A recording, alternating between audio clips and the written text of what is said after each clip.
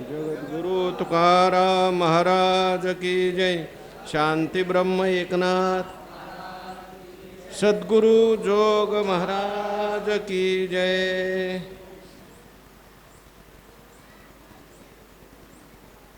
म्हणून त्याज्य जे नोहे ते त्यागाते न सुवावे, त्याज्या लागी नोहावे. काय तुमच्याकडे लोभापर.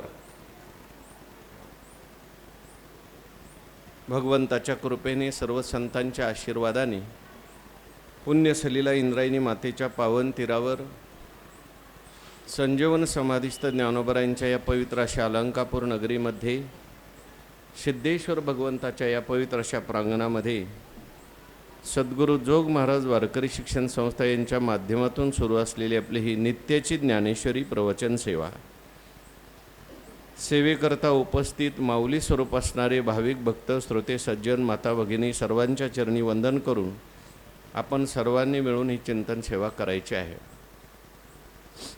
भगवान श्रीकृष्ण परमात्मा अर्जुनाचं निमित्त करून दिव्य असा गीतेचा उपदेश करतात आणि हा गीतेचा उपदेश ज्ञानेश्वर महाराजांनी ज्ञानेश्वरीच्या माध्यमातून सुलभ रीतीने आपल्याला सांगितलेला आहे. 18व्या अध्यायाचा विचार सुरू आहे. 18व्या अध्यायातल्या दुसऱ्या श्लोकाचा उपसंहार भगवान परमात्मा ज्ञानेश्वर महाराज या ठिकाणी करतात. अर्जुनाने सुरुवातीला प्रश्न विचारला. संपूर्ण गीतेचं सार या 18व्या अध्यायामध्ये विचारायचं असल्यामुळे पहिला जो आरंभ आहे तो कर्मापासून होतो. गीतेचा आरंभसुद्धा अर्जुनाच्या द्विधा मनस्थितीतून झालेला आहे. जशी अर्जुनाची द्विधा मनस्थिती आहे तशी आपल्याही जीवनामध्ये कधीकधी द्विधा मनस्थिती निर्माण होते. कर्म करायचं का कर्म सोडायचं अशी द्विधा मनस्थिती आपल्याला निर्माण होते. नेमकं आपण काय केलं पाहिजे.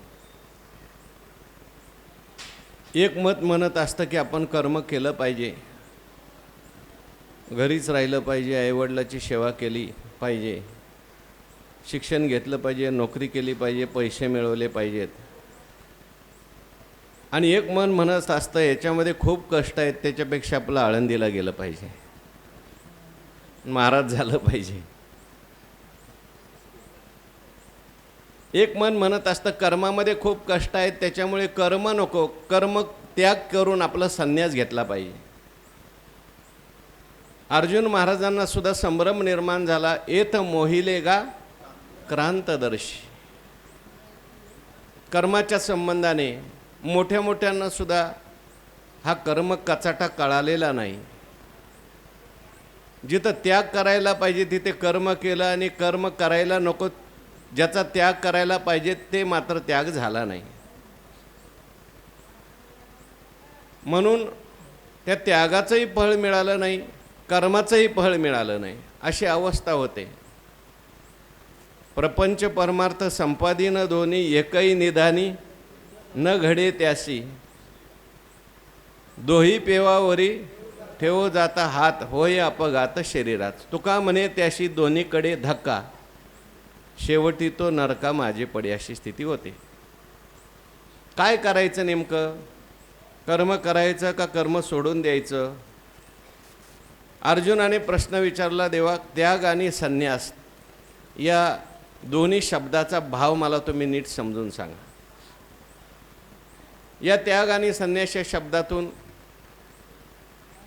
कोणती कर्म कायमची सोडून द्यायची, कोणत्या कर्माचं फल सोडायचं असं विचारलं असं घ्या. किंवा काहींनी असं म्हटलंय, साधक संजीवनीमध्ये असं म्हटलंय की त्याग म्हणजे कर्मयोग विचारला आणि संन्यास शब्दातून सांख्ययोग किंवा ज्ञानयोग विचारला आहे. ज्ञानयोग श्रेष्ठ का कर्मयोग श्रेष्ठ असं विचारलं. आचार्यांनी मात्र हा जो प्रश्न आहे हा ज्ञानयोग्याचा नाही असं विचारलं आहे, असं सांगितलं आहे. कारण ज्ञानी जो आहे त्याला कर्माचा प्रश्नच येत नाही, तो कृतकृत्य झालेला आहे. त्याच्या जीवनामध्ये त्याग ग्रहण काही नाही. जो ज्ञान झालेला आहे, ज्ञानी झालेला आहे, जो गुणातीत झालेला आहे, अशा मनुष्याकरता शास्त्र कोणत्याही कर्माचं विधान करत नाही. चौथियाचे ठाई काहीच करणे नाही, अशा पद्धतीने तो प्राप्त झालेला आहे. हा ज्याने विधीपूर्वक कर्माचा त्याग केलेला आहे आणि जो आता श्रवणामध्ये प्रवृत्त झालेला आहे त्याचाही विचार नाही असं आचार्य म्हणतात. मग त्या ठिकाणी हा विचार कोणाचा आहे? जो अज्ञानी आहे, श्रद्धावान आहे, शास्त्र ज्याला कळत नाही आणि तो कर्म करायला प्रवृत्त झालेला आहे, अशा माणसाने कर्म करायचं का कर्माचा संन्यास करायचा, असा आचार्यांनी किंवा टीकाकारांनी विचार मांडलेला आहे. तेव्हा भगवंतांनी उत्तर देताना पहिल्यांदा आपलं मत सांगितलं नाही, पहिल्यांदा भगवंतांनी विद्वानांचं मत सांगितलं. आता हे विद्वानांचं मत सुद्धा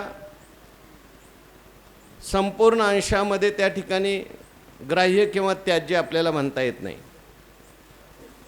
काय विद्वानांचं मत आहे? काम्यानाम कर्मनाम न्यासम संन्यासम कवयो विधू सर्व कर्मफल त्यागम प्राहुस त्यागम विचक्षणा. विद्वान लोक असं म्हणतात, कर्माच्या संबंधाने ज्यांना खूप ज्ञान आहे असे लोक म्हणतात, तुम्ही कर्म करा परंतु काम्य कर्माचा तुम्ही त्याग केला पाहिजे. कर्मामध्ये काही प्रकार सांगितले आपण पाहिले.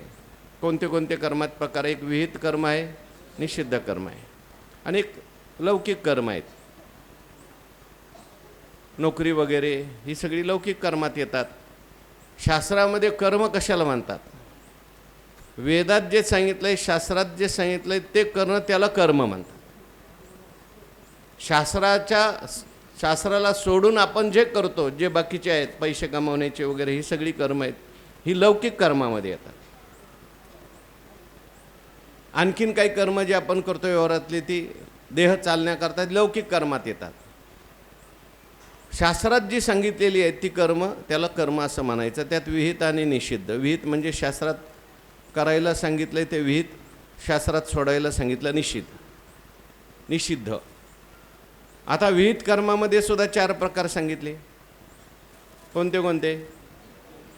नित्य, नैमित्तिक, काम्य आणि प्रायश्चित्त. ज्याला मुक्त व्हायचं असेल त्याने काम्य कर्म करायचं नाही. नित्य नैमित्तिक कर्म मात्र करायचं. काम्य कर्म जे आहे ते मात्र करायचंच नाही अजिबात, त्याला संन्यास असं म्हटलं.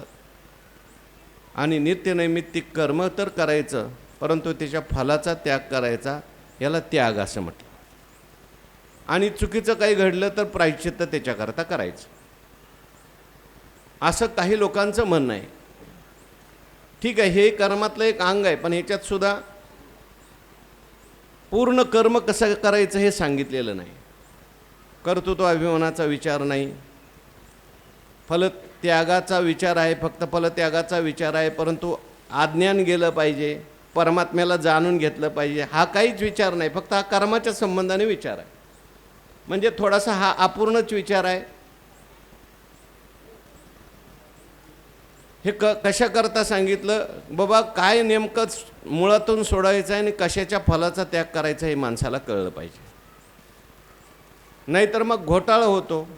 ज्ञानोबराय बोलतात, म्हणून त्याज्य जे नोहे 133 आजची होई ते त्यागा ते न सुवावे, त्याज्या लागी नोहावे लोभापर किंवा लोभपर.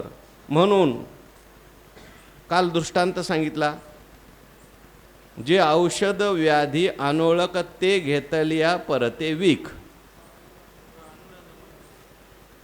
का अन्न न मानिना मानिता भूक मारिना काही. औषध घेतलं पण रोग न समजूनच औषध घेतलं. रोग झालाय भलताच आणि औषध घेतलं भलतंच. त्याच्यामुळे ते औषधच विषाचं काम करतं आणि त्या ठिकाणी फायदा होण्याच्या ऐवजी नुकसान होतं. त्याप्रमाणे आता इथे रोग कोणता ना औषध कोणतं? तुम्हाला आम्हाला सगळ्यांना कर्म तर करायचं आहे, परंतु कर्म करत असताना कोणतं कर्म कसं करायचं हे औषध आहे. काही कर्म जे आहेत ती जे आहेत त्यांचा संपूर्ण काम्य कर्म जे आहेत ते मुळातूनच सोडायचे आहेत, आणि काही कर्म करत असताना त्याच्या फलाचा त्याग करायचा आहे. पण याने जर निषिद्धच कर्म केली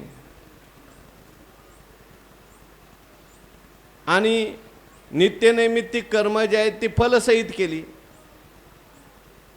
तर ते योग्य होणार नाही. चुकीचं औषध घेतल्यासारखं होईल. चुकीचं जर औषध घेतलं तर त्या ठिकाणी विष होतं, औषधच विष होतं. झालाय वेगळा रोग आणि घेतलं औषध वेगळंच, तर त्याचं विष होतं आणि ते कर्मच आपल्याला पतनाला कारणीभूत होतं किंवा कर्मच आपल्याला मारणार होतं. कर्म वास्तविक पाहता तारणार आहे. कर्मे कर्मबद्धता मुमुक्षु सोडविले पंडुसुता, जैसा रसरीती मरता राखला विषय. मरणारा मनुष्य आहे, पण त्या ठिकाणी रसरीती मरता राखला विषय. विषावर काही विशिष्ट प्रक्रिया केली आणि त्याचं जर औषध बनवलं तर विषच माणसाला तारतं. विष, ज्याला साप चावलाय त्याला जे औषध देतात ते सापाच्या विषापासूनच तयार करून देतात. म्हणून त्याने इंजेक्शन घेतलं तर तो जगेल, पण ज्याला सापच चावलं नाही त्याने इंजेक्शन घेतलं तर तो मरेल. औषध आहे, परंतु कोणाला दिलं पाहिजे? ज्याला रोग झालाय त्याला दिलं पाहिजे.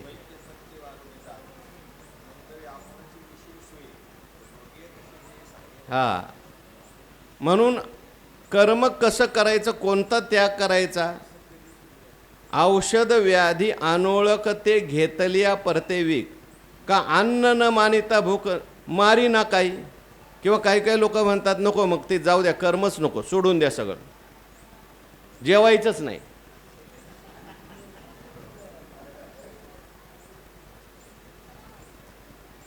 औषध जेवण करताना ते औषध जे औषध म्हणून घ्यायला सांगितलं, जेवणसुद्धा. काय नाही नाही, युक्त आहार विहार असे तिथं लिहिले कसं जेवायचं, किती जेवायचं. आहार तरी सेविजे, पर युक्तीचे नि मापे मविजे, क्रिया जाता आचरिजे तयाची स्थिती. अन्न जे आहे तारणार आहे पण ते मारणार होत नाही का, अशी एक ओवी पूर्ण होई. कारण जे जीविता ते वर्णिले जरी सेविता, अंडाचे पंडुसुता होय विष. असू द्या, आपला थोडा विषय बाजूला चालला. इथे घ्यायचं आहे काय, कर्मासाठी हा सिद्धांत सांगितलेला आहे. काही म्हणतात काहीच जेवायचं नाही, ते भुकेने मरतात. मग म्हणजे काहीच कर्म करायचं नाही असंही करू नका, आणि नुसतंच कर्म करायचं असंही करू नका. नुसतंच कर्म करत गेला, निषिद्धही करायला लागला, सकामही करायला लागला.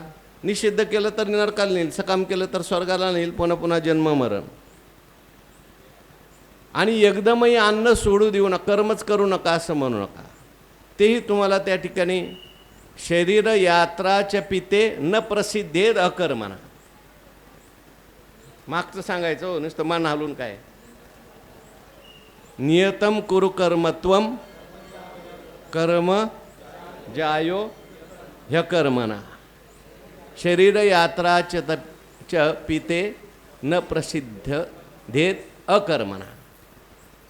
नियतम कुरु कर्मत्वम. अर्जुनाला भगवान काय म्हणतात, तू तुझं नियत कर्म कर. पुढं काय म्हणजे काय पुस्तक पाठ केलं. कर्म ज्यायो अकर्मणा अकर्मणः कर्म ज्याय, म्हणजे न करणाऱ्यापेक्षा करणारा चांगला आहे. काहीच करत नाही त्याच्यापेक्षा प्रवचनाला तरी येतोय, प्रवचन तरी करतोय, काहीतरी करतोय बाबा आपला. न करणाऱ्यापेक्षा करणारा चांगला, पण करणाऱ्यात सुद्धा योग्य रीतीने करणारा चांगला. म्हणून शरीर यात्रा चपिते अपिच ते, शरीर यात्रा अपिच ते, शरीर यात्रा सुद्धा तुझी अर्जुना न प्रसिद्धेत अकर्मणा, शरीर सुद्धा चालणार नाही, काहीच करणार नाही, म्हणजे जेवणही करणार नाही, फिरायलाही जाणार नाही. किती दिवस शरीर राहील, भुकेने मरून जाशील ना तसाच.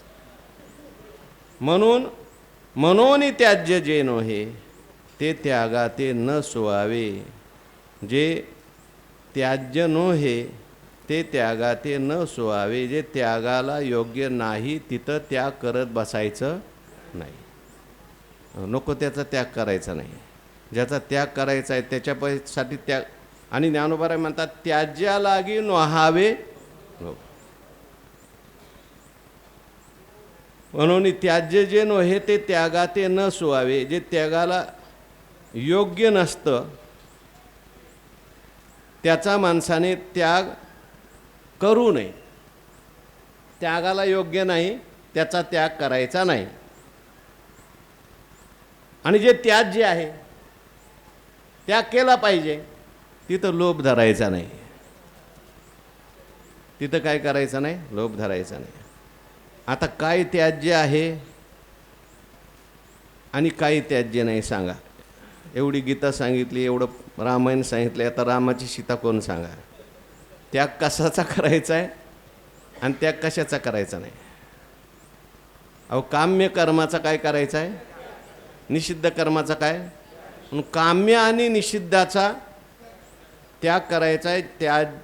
तिथं त्याज्या लागी नोहावे लोभ पर, तिथे मात्र लोभ धरायचा नाही. मला काम्य कर्म करायचं आहे, मला निषिद्ध कर्म करायचं आहे, किंवा मला कर्माचं फल पाहिजे, फलाचा सुद्धा त्याग आहे, तिथे लोभ धरायचा नाही. आणि त्या ठिकाणी त्याज्य जे नोहे ते त्यागाते न सोहावे, जे त्याग करायला नाही सांगितलं, नित्यनैमित्तिक कर्म जे आहे त्याचा त्याग करायला सांगितलेला नाही,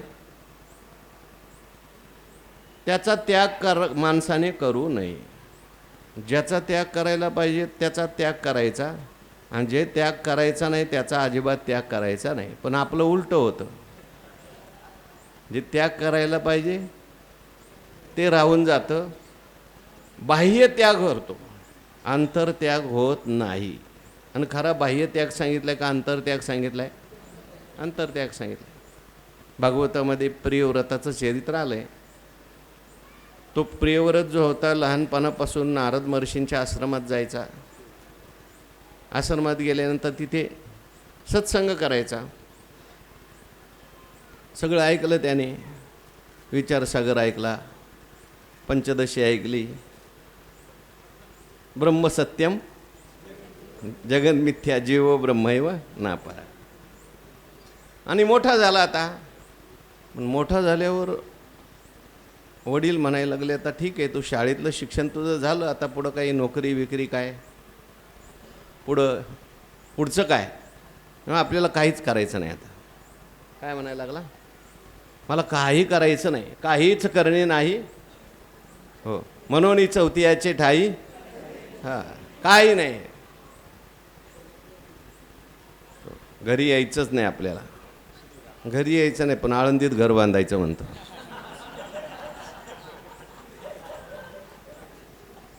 हो, मला तिकडली शेती विकून इथं जागा घेऊन द्या.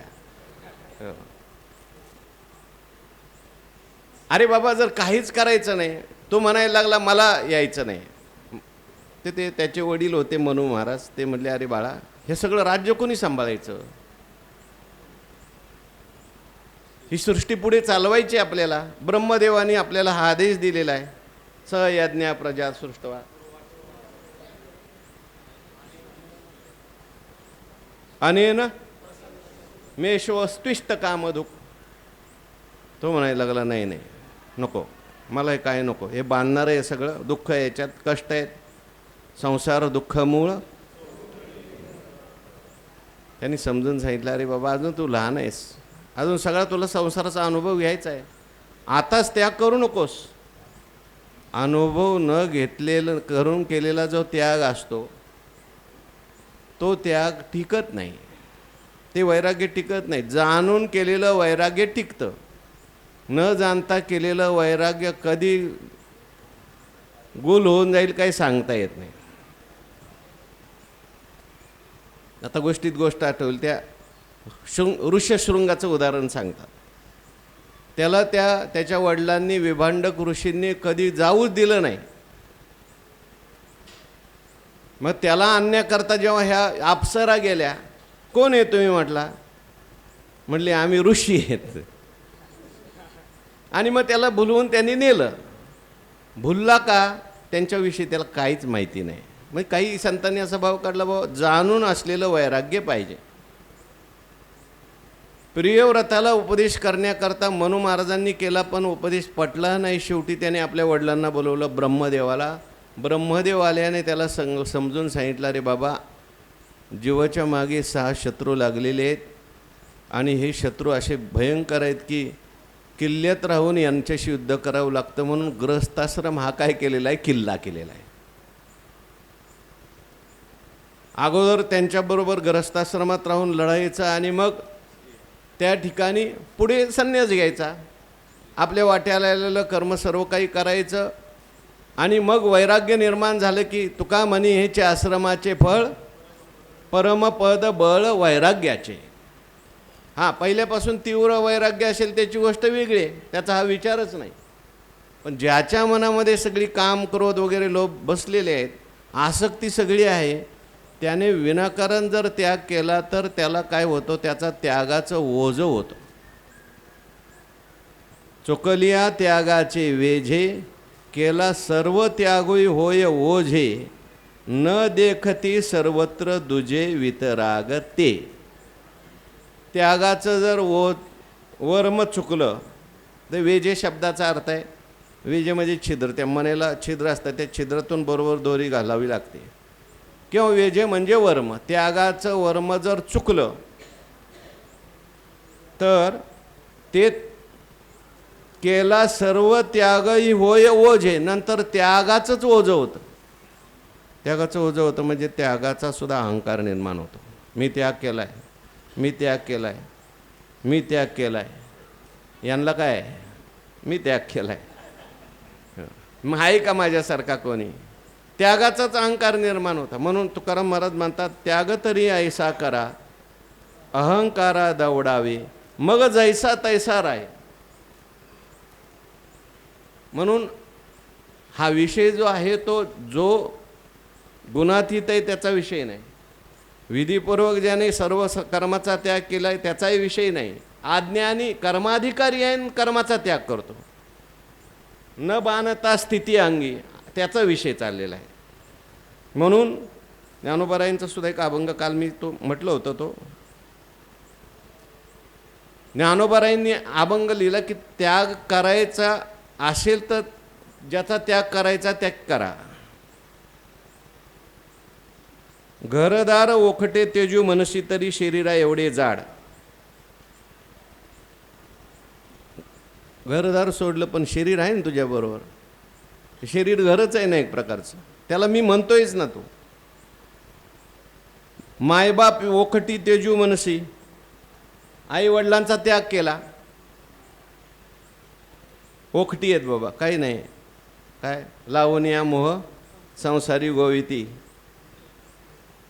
नको ते आई नको, वडील नको, कोणी. तरी अहंकार अविद्येचे कोड. इकडं बाप बसलाय अहंकार, आई बसली अविद्या, त्याला घेऊन चाललायच ना तू, त्याचं कौतुक करतोयच ना. मग यांचं करण्यापेक्षा त्यांचं कर ना. अहंकार अविद्येचे कोड. बंधू सखे तेजू मनशी तरी काम क्रोध मद मत्सर अवघड. भाऊ सोडले पण इकडे दुसरे भाव घेऊन चाललाय. काम क्रोध मद मत्सर हे सगळे बंधू जोडलेलेच आहेत ना, अवघड आहेत ना ते. बहिणी पाठीच्या तेजू मनशी तरी आशा तृष्णा माया अवघड रया. बहिणी सोडल्या पण आशा ही बहीण लागली ना मागे. तृष्णा ती जोडली बहीण. माया तेजिले ते काय कासया म्हणजे सांग. पा मज पाशी ऐसे जया भेने तू जाशी वनांतरा ते तव तुझची सरिसे रया. ज्यांच्या भीतीने तो वनात जातोय ना ते सगळे तुझ्या बरोबरच आहेत. श्री ओखटी तेजू मनसी तरी कल्पने एवढी भोगती. श्रीचा त्याग केला नको बाबा तिच्यामुळं परमार्थ घडत नाही. तर कल्पना सुटली का? कल्पना नावाची स्त्री लागली ना मागे तुझ्या. पुत्र अपत्य तेजू मनशी तरी इंद्रियाशी नाही निवृत्ती. पुत्र अपत्य यांचा त्याग केला तर इंद्रिय त्या ठिकाणी आहेतच ना तुझ्याजवळ. सकळ गणगोत तेजू मनशी अष्टदा प्रकृती. गणगोत त्यागलं पण ही अष्टदा प्रकृती सुटते का? त्याचं शरीर आहे तुझ्याजवळ. अवघेची तुझू पाये मनशी तरी मना नाही निज शांती राया. मन तुझ्याबरोबरच आहे. अवघीच तुझं जवळी दुमदुमीत असता वरी वरी मुंडसी का करशी विटंबना. सगळी तुझ्याबरोबरच असताना वरवर चप्पी करतो, शेंडी राखतो, कपडे राखतो. त्या ठिकाणी विटंबना का करतो बाबा? हे म्हणजे चप्पी करू नये असं नाही बरं का, पण करत असताना आतलं सुटलं पाहिजे हळूहळू. ज्ञानोबाराने हे सांगायचं. नुसता केसाचा त्याग केला, कपड्याचा त्याग केला, उपयोग नाही. सहज संतोषे असोनी तैसा जैसा परी तो सद्गुरू पाविजे खुना. त्यापेक्षा जसं आपल्या वाट्याला आलेलं कर्म कर. आपुले आश्रमी स्वधर्मी असता सर्वत्र एकची जाना. बाप रुक्मादेवरू विठ्ठलू इतुकियासाठी नेईल वैकुंठ भुवना. आपल्या स्वधर्माचं करत करत सद्गुरूंच्याकडे जा, त्यांच्याकडून उपदेश घे आणि नामस्मरण करत करत तो कुठे जा? वैकुंठ भुवनाला जा. म्हणजे ज्याच्या मनात आसक्ती आहे त्याच्याकरता सांगितले बरं का. जो वैराग्यवान आहे त्याचा हा विषय नाही आहे. ज्याला फक्त देवच पाहिजे त्याचा हा विषय नाही आहे. परंतु कर्माचा अधिकारी असून कर्माचा त्याग कशामुळे करतोय? फक्त कष्टामुळे करतोय. देव पुढे सांगणार आहेत. त्यागाचे 3 प्रकार सांगणार आहेत. राजस त्याग, तामस त्याग हे पुढे देव सांगणार आहेत. त्याची भूमिका चाललेली आहे. म्हणून करण्याकरता त्या ठिकाणी चुकलिया त्यागाचे वेजे केला सर्व त्यागोई होय ओझे न देखती सर्वत्र दुजे वितरागते. म्हणून जे वितराग लोक आहेत, झुंजे शब्द सुद्धा आहे काय मामांच्या ज्ञानेश्वरी. न देखती सर्वत्र झुंजे वितरागते. हा त्याग करण्याकरता सुद्धा मनुष्य वैराग्यशील पाहिजे, झुंजार पाहिजे. झुंजार ते एक विष्णुदास जगी पाप पुण्य अंगी नातळे त्या. त्या ठिकाणी जे वितराग असतात, जे वैराग्यवान आहेत खरे, ते न देखती सर्वत्र दुजे. म्हणजे सर्व कर्माच्या बाबतीत दुसरा ते विचार करत नाहीत. ते बरोबर त्याग करायचा त्याचाच त्याग करतात. आणि त्याग ज्याचा करायचा नाही तिथे त्याचा त्याग करत नाहीत. फलत्याग करतात आणि काम्य आणि निषिद्धाचा ते मात्र काय करतात? त्याग करतात आणि फलाचा त्याग करतात. म्हणून न देखती सर्वत्र दुजे म्हणजे असाही अर्थ होऊ शकतो. सर्वत्र परमात्मा पाहतात आणि आपल्या वाट्याला आलेलं कर्म ते करतात. काम्य निषिद्ध करत नाहीत. नित्यनैमित्तिक कर्म ते करतात आणि फलाचा मात्र काय करतात? त्याग करतात. अशा प्रकारे भगवंतांनी त्याग आणि संन्यास समजून सांगत असताना काही लोकांची मतं सांगतायत. पहिल्या 2 श्लोकामध्ये 4 मतं सांगितलेली आहेत. पहिला 2ऱ्या श्लोकात आणि 3ऱ्या श्लोकात किती मतं सांगितली? 4 मतं सांगितली.